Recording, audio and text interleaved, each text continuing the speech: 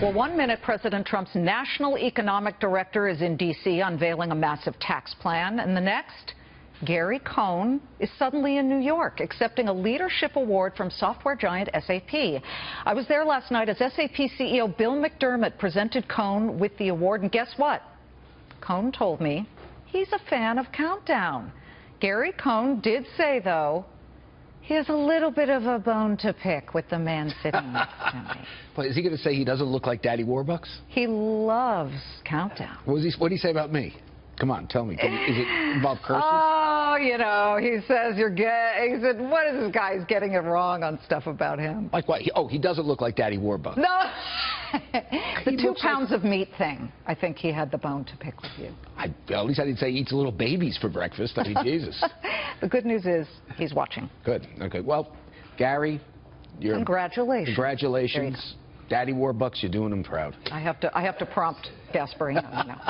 Okay, Charlie broke it right here on Countdown that Derek Jeter and Jeb-Bush were the preferred bidders for the Miami Marlins, but now there may be a little bit of a curveball. Well, it's a gigantic curveball, isn't it? It's a $1 billion curveball. Listen, we reported that they were the preferred bidder for the team. There's other bidders out there, but they're deemed the preferred bidder. Bloomberg went out and said they won the bidding war. They did not win the bidding war, and what we're about to report now will confirm it 135,000%. What we understand from people both close to Jeter and Jeb-Bush, as well as Major League Baseball, is that they need, in order to complete this bid, they bid $1.34 billion.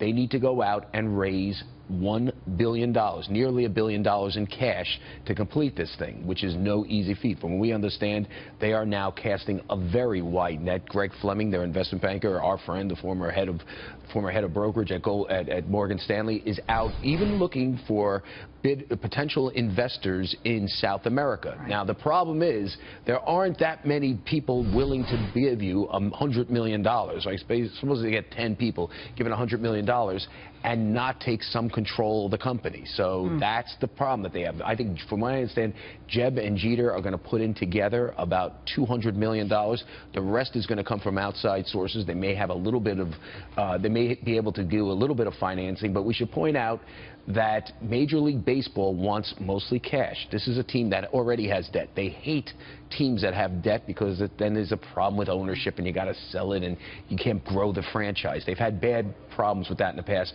So Major League Baseball wants mostly cash, and that's the quandary they're in. We should point out that Major League Baseball, the commissioner himself, Manfred, has gone out there and basically said, listen, this isn't a done deal until they approach us and tell us it's a done deal. And I am telling you, it is not. They have to go out and raise the money. They are considered the preferred bid, just as we were first to report.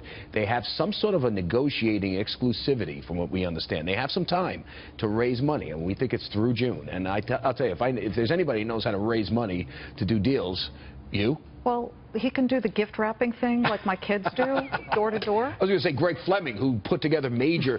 Let's be real clear who Greg Fleming is. Before he was the brokerage chief over at Morgan Stanley, he was the #2 guy at Merrill Lynch during the financial crisis. As the financial crisis was going, he was smart enough to sell Merrill Lynch to Bank of America. He did the deal.